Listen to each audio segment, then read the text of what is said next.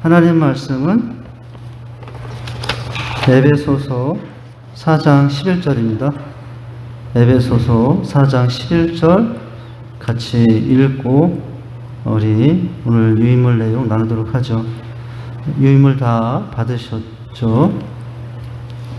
에베소서 4장 11절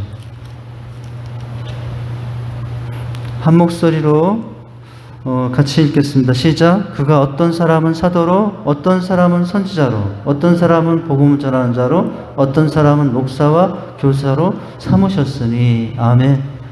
교회에 있는 우리 성도들 어떻게, 어떤 재직으로, 또 어떤 역할이 주어졌는가, 이제 그런 말씀인데요. 이 말씀 우리 내용 보면서 또 정리하도록 하겠습니다. 오늘 말씀의 주된 내용은 교회 부흥의 중요성, 그것과 관련해서 교회는 어떤 곳이냐, 이것을 이제 생각하는 시간인데요. 우리가 교회가 부흥하는 것이, 교회가 성장하는 것이 또 하나님의 뜻이고 하나님께서 소망하는 바죠. 교회가 자라간다고 성장한다는 것은 뭐 교회가 건물이 커져간다, 교회가 돈이 많아져간다, 뭐 그런 의미보다도 어떤 의미가 있죠? 영혼이 거듭나고 또 새로워져서 하나님을 예배하는 건강한 교회가 된다. 이게 부흥이잖아요. 그죠? 부흥이라는 건 육적으로 눈으로 보이는 어떤 숫자의 개념만이 아니라, 부흥이라는 것은 눈에 보이지 않는 우리 영적인 갱신, 영적인 성장, 영적인 성숙, 이거 다 부흥이거든요. 우리는 부흥하면, 교회 성장하면 숫자에 집중하기 쉬워요. 그런데 이제 그 부흥과 성장의 의미를 균형 있게 생각하고, 또 교회가 균형 있게 부흥을 숫자로만 아니라 질적으로도 같이 병행해서 추구가 되어야 되겠죠. 어느 한쪽에 치우치면 단순히 부장이 나오죠. 너무 질적인 부흥만 추구한다고 해서 숫자적인 부흥이 없다면 질적인 성장과 부흥은 한계에 부딪히게 되고요. 너무 질적인 또 너무 수적인, 너무 수적인 부흥 성장에만 치우치면 교회의 건강함이 약해질 수 있거든요. 아무리 숫자가 많아도 어떤 기회가 되면 한순간에 교회 터전이, 교회가 흔들릴 수 있는 상황이 될 수 있어요. 그래서 교회는 균형 있게, 조화롭게, 건강하게 잘 성장하고 부흥해 가는 게 중요하죠. 자, 여러분 유인물 보신 내용을 보시겠는데요. 첫 번째, 교회의 어원과 의미에 대해서 보죠. 자, 교회는 무엇이냐? 우리가 지난주에 한번 구약을 중심으로 살펴봤는데, 오늘 이 1번은 신약 에베소 4장을 중심으로 교회가 어떤 것인가를 이제 정의를 해놨어요. 자, 첫 번째 문장부터 보시죠. 교회를 의미하는 에클레시아는 집회, 회의, 모임 등의 뜻인 히브리어 카할을 번역한 것으로, 히브리어 명사는 본래 여러 종류의 집회들과 관련되어 사용되었으나, 그러나 어떻게 되었다고요? 하나님의 백성 곧 하나님의 성별된 무리를 가리키는 말로 사용이 되었다라는 거예요. 교회를 여러 종류의 집회와 관련된 정의로 보기보다는 하나님의 백성, 하나님의 성별된 거룩한 무리를 교회라고 하는 것으로 그 의미가 변화되었다는 거죠.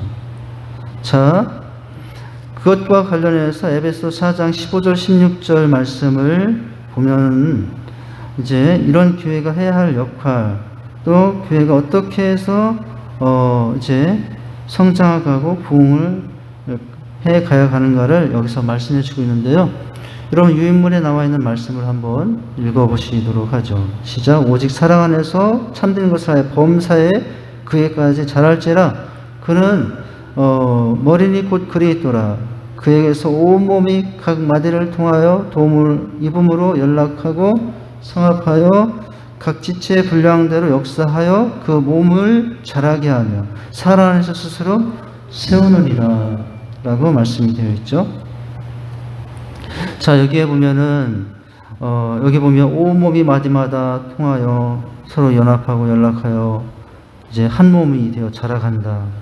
여기 온몸, 또 각 마디, 연락, 지체, 이거는 무엇과 관련되냐면은 교회와 관련된 용어예요. 그죠? 교회가, 한 몸 된 교회가 어떻게 구성원들이, 성도들이 서로 연락되어지고 연결되어져서 또 어떤 모습으로 어떤 내용을 가지고 이제 교회가 이제 자라가야 되는가, 여기서 볼 수 있겠는데요. 자, 첫 문장입니다. 본절은 교회 성장의 수단을 나타내는데, 참된 것을 하여, 오직 사랑에 참된 것을 하여라고 했는데, 이것은 문자적으로 어떤 의미냐면 진리를 말하여를 의미하는데, 이것은 교회의 구원 복음의 선포 즉 사랑 안에서 이루어진다는 거예요. 그렇죠? 그 사랑 안에서 참된 것을 하여라고 하는 것은 이게 무슨 얘기라고요?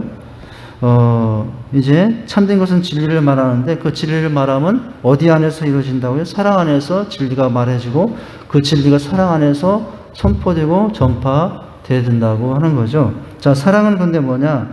사랑은 진리에 대한 진리에 대해 충성할 수 있게 하는 원동력이기 때문이다 라는 거예요. 사랑이 뭐라고요? 진리에 대해 충성할 수 있게 하는 원동력.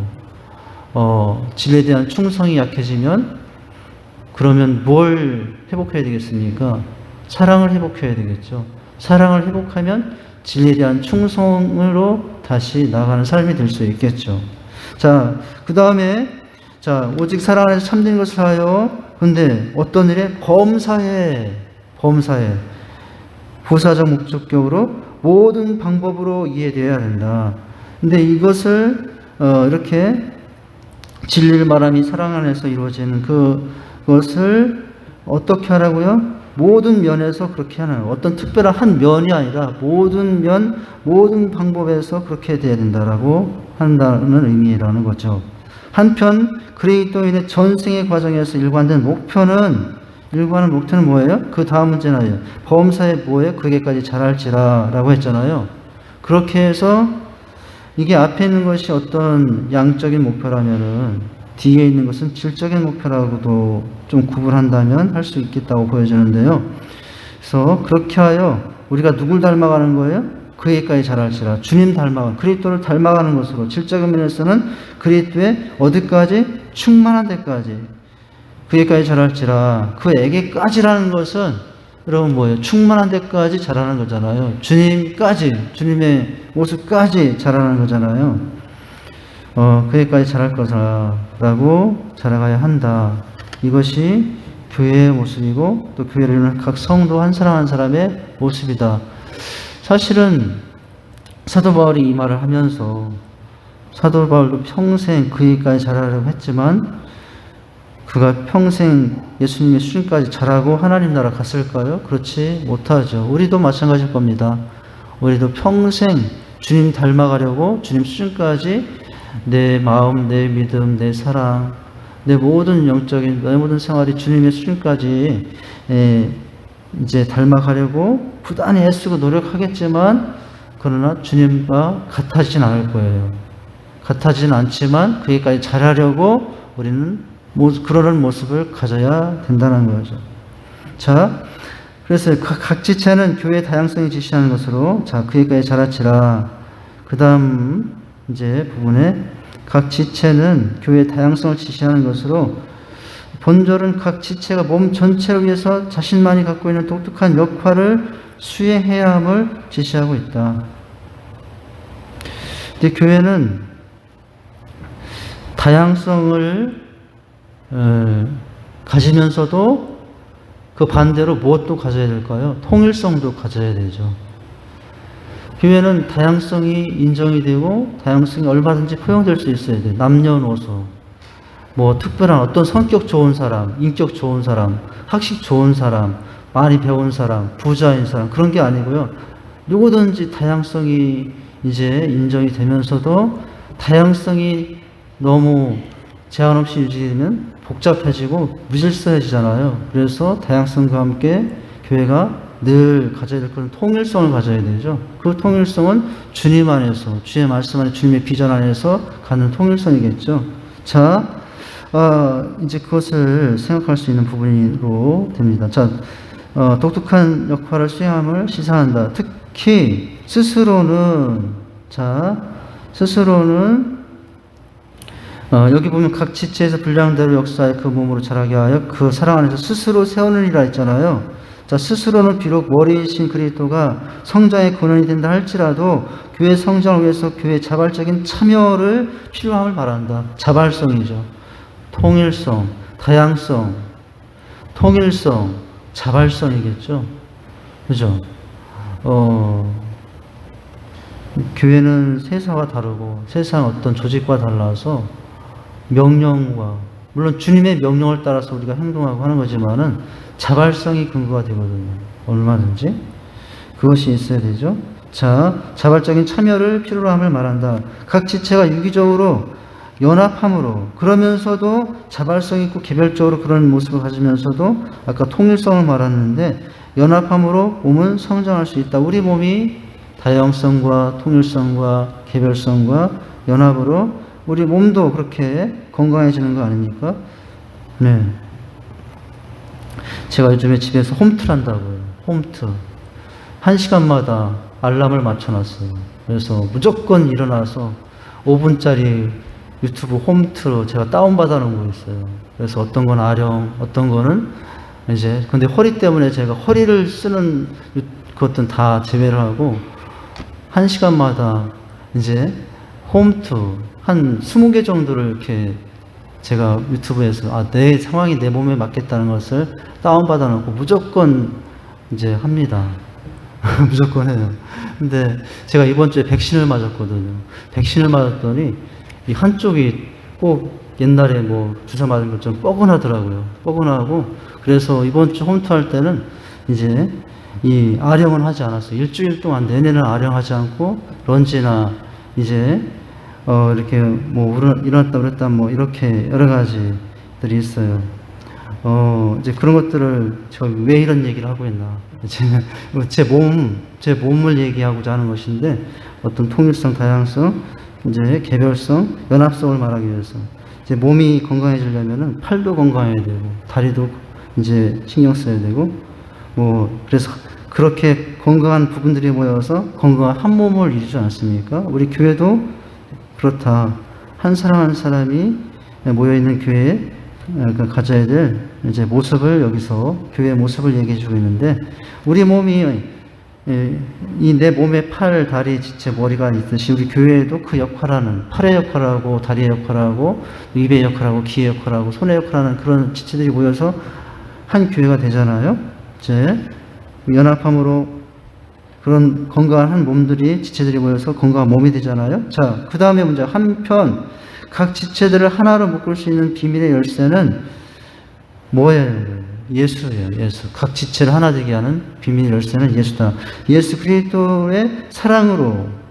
자, 사랑은 교회 성장의 첫째다. 이 모든 것들을 성격도 틀리고 다양도 하지만은 교회를 하나 되게 하고 서로 연결하게 하는 것은 누구라고요? 주님이라고요. 특별히 주님의 사랑이라고 하는 거예요. 우리가 여러분 여기 왜 모였어요? 여기 여러분 우리가 모인 거 왜 모였어요? 예수님 때문에 모였잖아요. 그냥 길거리 지나가면 아무 만날 이유도 없던 사람들이었어요. 저희는. 제가 여기 직산 여기 올 줄 꿈에도 몰랐고, 저기 충청남도 당진군 대오지면 출포리 거기서 태어나서 거기서 농사짓고 살 수도 있었는데, 어떻게 하다가 뭐 서울로 갔다가 하여튼 또 뭐 안양으로 갔다가 하다가 여기 천안도 오고, 지금 무슨 얘기를 하다 그랬나. 자, 뭐냐면은 우리 각 지체들이 다양하잖아요. 다양하지만 이렇게 모인 이유는 다 예수님 때문에 이렇게 모인 거 아니에요? 예수님 때문에. 예수님이 아니라면은 저희는 남남이에요. 그러나 예수님 때문에 우리는 서로 형제라고 부르고, 예수님 때문에 자매라고 부르고, 예수님 때문에 이제 피를 나는, 그러면 여러분 피보다 더 진한 피, 예수님의 피, 예수님의 보혈의 피가 우리는 다 흐르고 있어요. 같은 피를 받았어요. 같은 부모의 피를 받고 한 형제지만은 우리는 누구의 피를 받았어요? 같은 예수님의 보혈의 피, 십자가의 피를 받아서 예수 그 피 안에서 한 형제, 한 자매된 연합된 지체들이 아닙니까? 자, 이렇게 하나 묶을 수 있는 비밀의 열쇠는 누구라고요? 그리스도라고요. 그리스도의 사랑이라고요. 자, 따라서 그리스도인들은 강건하신 그리스도를 통하여, 그리스도의 사랑을 통하여 누구까지? 그리스도의 분량까지 자랄 수 있다라는 거예요. 자, 교회는 무엇인가? 이런 것에 대해서 관련된 내용들을 봤어요. 다음, 자, 이런 교회가 이제 부흥하고 성장해야 되는데 그 주체는 누구냐라는 것이 에베소에 나와요. 그 다음 밑에, 맨 밑에 사도행전에 나와요. 넘기시면은 사도행전 6장에도 나와요. 자, 이런 성경에 나와 있는 부분들, 주체 세력들이 성경에는 어떤 명칭들로 호칭으로 기록되어 있는가를 보면서 이제 보죠. 여기 보면 사도, 선지자, 뭐 목사, 교사, 장로 이런 여러 가지 호칭들이 나와 있는 구절들이에요. 자, 저 다시 돌아가서 교회 성장의 주체 세력을 보면은 교회 성장을 이루는 일은 누구만의 사역이 아니라고요? 목회자만의 사역이 아니다. 성경에 나타난 교회 직분에는 목회를 전담하는 누구도 있어요? 사도, 목사, 교사, 교회가 있고 또 교회의 사명을 다하기 위하여 세운 누가 있어요? 장로나 집사가 있다는 주체 세력은 여기 이와 같이 구분될 수 있는데 그러나 제가 몇 주에 거쳐서 계속 이렇게 말씀드리는 것은 이것은 계급이 아니라고 했어요. 이제 목사, 장로, 뭐 집사, 안수집사, 장로, 권사, 그래서 목사, 이게 계급이 아니라고 그랬어요. 계급이 아니라 역할을 구분해놓은 단어로 이해해야 된다라고 했어요. 자, 에베소 4장 11절에 보면은 이 교회 성장의 주체 세력이 누가, 에베소서 4장에서는 바울은 누구를 말하고 있어요? 한번 보시죠. 그가 혹은 사도로, 혹은 선지자로, 혹은 복음 전하는 자로, 혹은 목사와 교사로 주셨으니 라고 말씀하고 있는데요. 자, 여기 보시면 교회는 한 가지 직분의 은사만을 운영할 수 없으며 각자 하나님을 받은 개성이나 은사로 협력하는 가운데 서로 각자 달라요. 개성도 다르고 은사도 달라요. 그러나 서로 협력하는 가운데 진정한 하나됨을 발견할 수 있다. 다 다르지만 사도는 누굴까요? 하나님에게 보냄받은 자로 교회를 설립하고 교회를 섬기는 자가 사도. 그 다음에 선지자는 누굴까요? 선지자 하나님의 계시를 중지하며 죄를 깨닫게 하고 교회를 훈계하는 사람이 누구죠? 선지자. 그 다음에 복음 전하는 자는 누굴까요? 복음 전하는 자는 선교의 차원에서 복음을 선포하는 자로 빌립, 디모데, 에바, 브로 등이 이에 해당되는데 다음 목사와 교사는 누구일까요? 목사와 교사는 두 직분 사이에 관사가 하나밖에 없다는 이유로 같은 직분이라고 주장이 되는데 그러나 좀 다르다고 말하는 거예요. 자, 그 직분상 그 기능이 어느 정도 중복된다 할지라도 동일한 사람으로 볼 수 없다는 거예요. 자, 관사가 하나밖에 없는 것은 지역교회에서 서로 밀접한 관계를 갖고 있었음을 오히려 시사해 주는데 따라서 목사는 교회를 양육하고 돌보는 인도하는 사람. 그죠? 목사는 누구라고요? 교회를 양육하고 성도를 양육하고 돌보며 인도하는 사람. 교사는 누구라고요? 사도들 교훈을 보존하고 전달하는 자. 이게 좀 틀리다고요. 자, 교회에 이제 이런 여러 교회 성장의 재직의 주체 세력들이 초대교회는 사도, 선지자, 복음 전하는 자, 목사, 교사 이렇게 연결되어 있죠. 그리고 사도행전 20장에 보면은 또 한 직분자가 나오는데 장로잖아요. 바울이 밀레도에서 사람을 보내어 교회 장로를 청하니 장로라는 직분이 나와. 넘기시면은 장로는 어떤 역할을 할까? 자, 이 말씀 어떤 배경에서 나온 것인가? 사도행전 20장 11절은 자, 넘기시면은 보시면 바울은 배가 밀레도 항구에 머물러 있는 동안 그곳에서 45km 떨어진 에베소에 전가를 보냈어요. 전가의 내용 중 도시의 장로들이 와서 그를 만나주기를 부탁하는 것이었죠. 자, 바울이 에베소에서 직접 가지 않은 것은 전절에서 지적한 바와 같이 여전히 급한 것 외에 일전에 일어났던 소요 사건의 재발을 우리에게 때문일지도 모른다. 에베소 교회 장로들은 에베소 교회를 대표할 만한 사람들이다. 그러므로 바울이 에베소 교회의 영적 지도자들인 이들에게 자신의 고별설교와 고면을 한 것은 적절한 일이었다. 고별설교와 고면. 왜냐하면 이것은 모든 에베소 교회들에게 그의 말을 전한 것과 같은 효과가 있었기 때문이다. 라고 하고 있어요. 자, 여기서 복잡하게 이 말씀의 배경까지 설명이 되어 있는데 여기서 나온 단어는 주목할 단어는 장로라는 단어죠. 그 다음 사도행전 6장 26장에 보면 집사라는 단어도 나오죠. 여긴 지금 말씀을 제가 인용해 놓지 않고 있는데 성경에 보면 7 집사를 선택하는 장면이거든요. 자, 교회 신자의 하나님의 백성 어떤 특정인만을 의미하는 것이 아니라 그리스도인의 공동체라는 의미를 지닌다는 거예요. 공동체. 자, 그래서 목회자나 평신도의 구별 없이 모두 하나님의 백성이라는 점에서 하나님 나라 확장한 모든 백성에게 동일한 책임이 있다라고 하는 거예요. 자, 이렇게 지금 언급된 여러 직분자들, 사도, 선지자, 복음 전하는 자, 목사, 교사, 장로 이들을 통해서 이들은 이렇게 이름이 다를지라도 동일한 책임이 있는데 동일한 책임이 뭐예요? 하나님 나라 확장의 책임이 있어요. 나를 왜 집사 되게 하고 나를 왜 목사 되게 하고 장로 권사 되게 했을까요? 하나님 나라를 확장하기 위해서.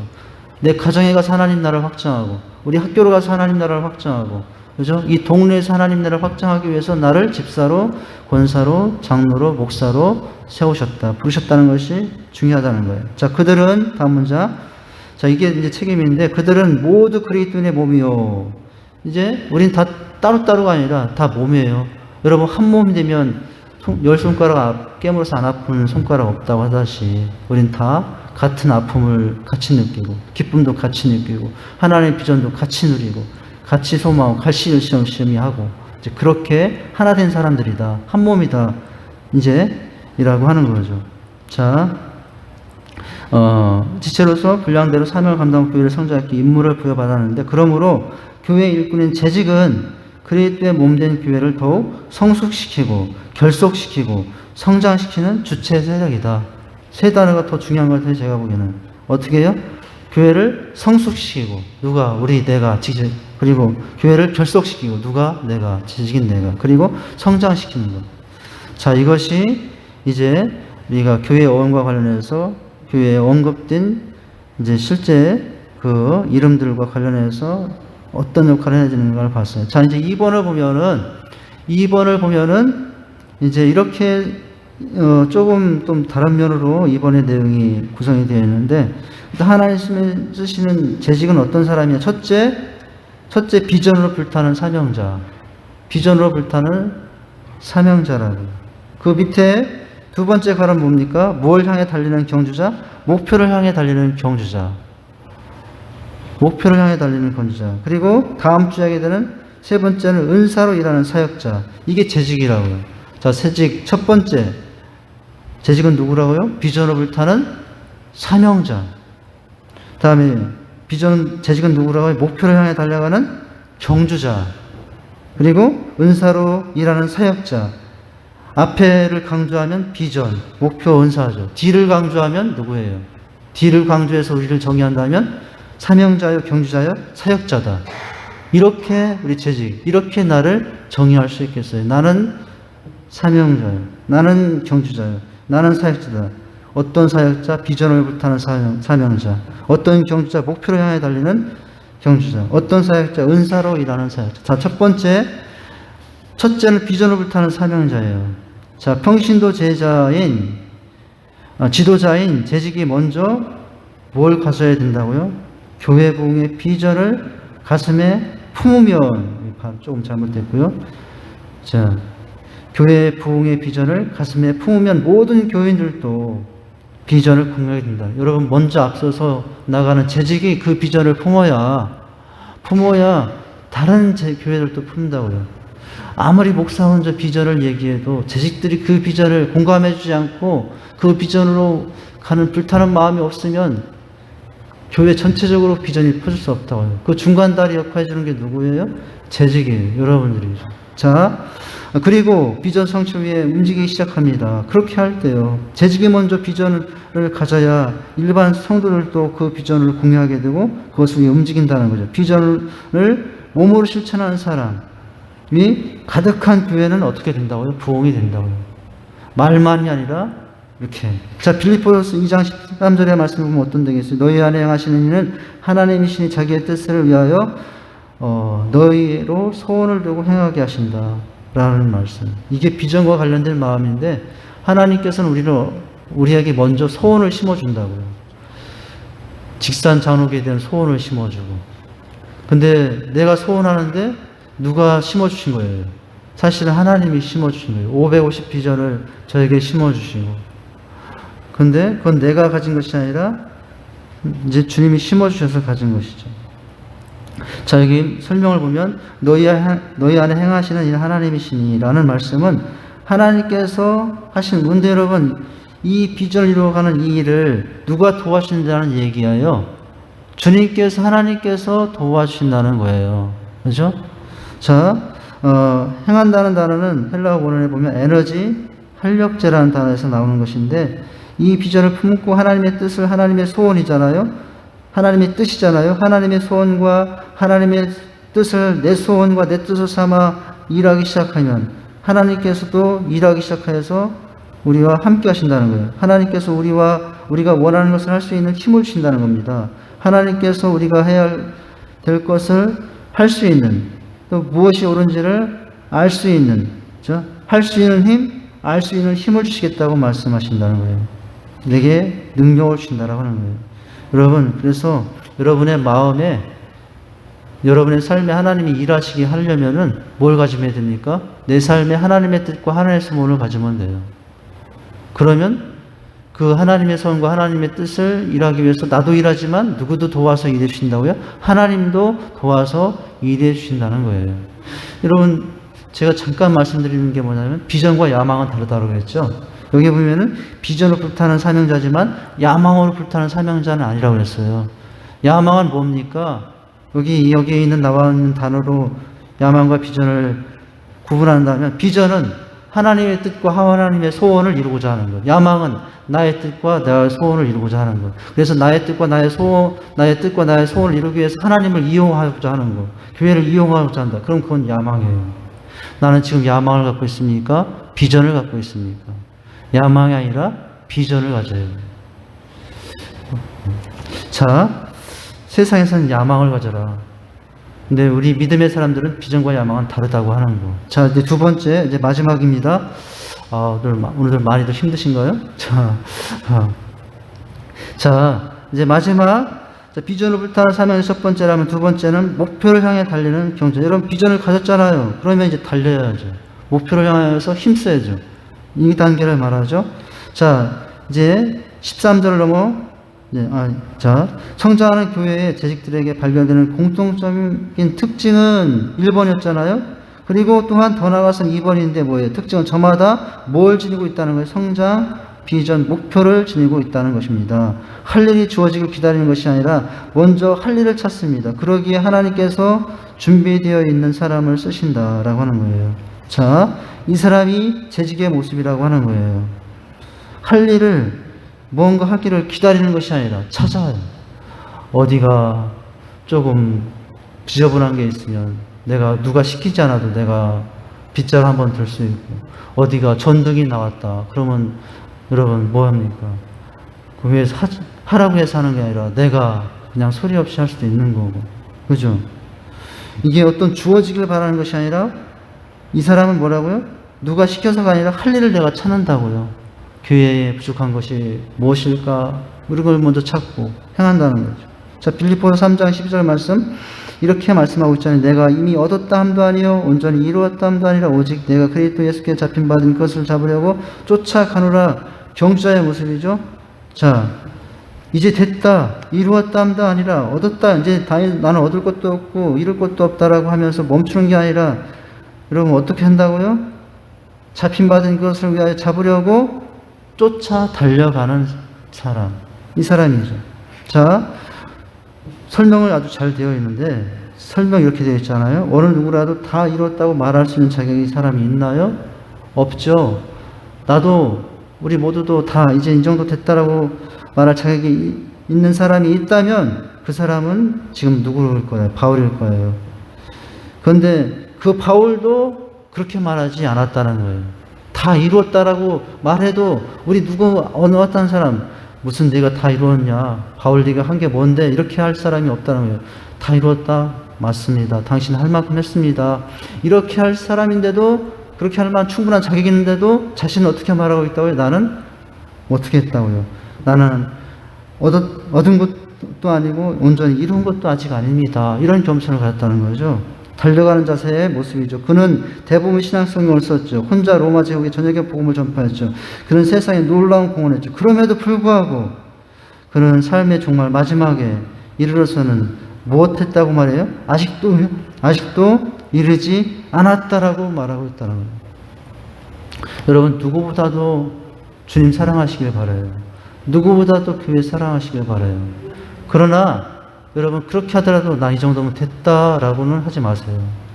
마지막 숨을 거둬 주님 품 안에 안기는 그 순간까지, 여러분 그 마지막 희미한 모습, 고백 순간들을 생각하면서, 여러분 주님 제가 한 것이 없네요. 아직도 많이 부족함 살다가 지금 주님 앞에 가네요. 여러분, 그렇게 마지막 순간에 그렇게 고백하고 주님까지 나 이제 할 만큼 했죠. 주님 아시죠? 뭐 이렇게 하는 게 아니라 그런 모습으로 이제 해야 되겠죠. 이런 모습을 이제 볼 수 있다는 거죠. 여기서 강조하고자 하는 점은 성공하는 사람은, 제오는 말하기를 겸손한 사람은 뭐예요? 결코 중단하기를 멈추지 않고 계속 성장한다. 아직도 이룰 것이 있다라고 하면서 또 나이가 다 이룬 것이 아니다라고 하면서 겸손으로 끝까지 달려가는 사람이 성공하는 사람, 그 사람이 겸손한 사람이라고 생각합니다. 자, 세 가지 마지막 은사로 일한 재직 사역자는 다음 주에 보도록 하죠. 기도하겠습니다. 하나님 아버지, 이제 재직학교 마지막 12강을 하면서 오늘 주어진 내용 중에 교회는 어느 곳이며 또 교회 안에 있는 재직들은 어떤 이름으로 불려지는가, 또 그 불려진 이름대로 어떻게 하나 되어 교회가 다양하면서도 통일성을 이루고 또 자발성과 개별성을 이루면서 하나 되어 주님의 영광을 나타낼 수 있는가를 보았습니다. 우리 각자에게 주어진 그 직분을 소중하게 생각하고 나름대로의 역할을 잘 감당한 자가 되거나, 또한 비전으로 불타는 사명자, 목표를 향해 끊임없이 이루었다라고 생각하지 않고 주님 오시는 그날까지 주님의 나라를 위해서, 주님의 몸된 교회를 위해서 비전을 위해서 달려가는 저희들이 되게 해주옵소서. 예수님 이름으로 기도합니다. 아멘.